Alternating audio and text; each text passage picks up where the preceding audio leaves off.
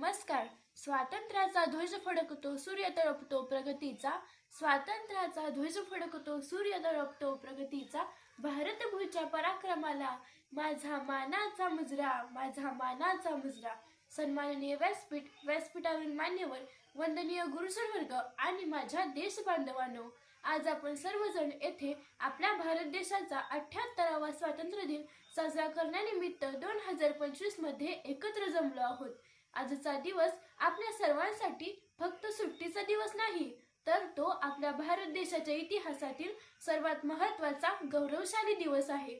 15 August 1947 रोजी आपला भारत देश शेकडो वर्षांच्या ब्रिटिश राजवटीतून स्वतंत्र झाला. स्वातंत्र्याचा अर्थ व त्याचे महत्त्व. आपल्याला मिळालेले हे स्वातंत्र्य असे सहज मिळाले नाही. या स्वातंत्र्यासाठी महात्मा गांधी, पंडित जवाहरलाल नेहरू, सरदार वल्लभभाई पटेल, नेताजी सुभाषचंद्र बोस, भगत सिंग, राजगुरू, सुखदेव, राणी लक्ष्मीबाई, मंगल पांडे अशा ज्ञात अज्ञात स्वातंत्र्य सैनिकांनी आपले जीवन समर्पित केले. अनेकांनी आपल्या प्राणांची आहुती दिली. त्यांच्या त्यागामुळेच आज आपण मोकळा श्वास घेऊ शकतो, आपले विचार मांडू शकतो आणि आपले जीवन आपल्या आवडीनुसार जगू शकतो. आजच्या पिढीची जबाबदारी. मित्र हो, आपल्याला मिळालेले हे स्वातंत्र्य टिकवून ठेवण्याची व ते अधिक समृद्ध करण्याची जबाबदारी आता आपल्या तरुण पिढीवर आहे.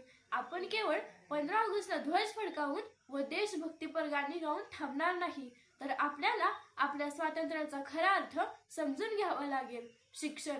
डॉक्टर बाबासाहेब आंबेडकरांनी म्हटल्याप्रमाणे शिक्षण हे वाघिणीचे दूध आहे. आपण शिक्षण घेऊन आपलेच नाही, तर आपल्या समाजाचे व आपल्या देशाचे भवितव्य उज्ज्वल करू शकतो. वैज्ञानिक दृष्टिकोन. आपल्याला अंधश्रद्धा बाजूला सारून वैज्ञानिक दृष्टिकोन आत्मसात करायला हवा.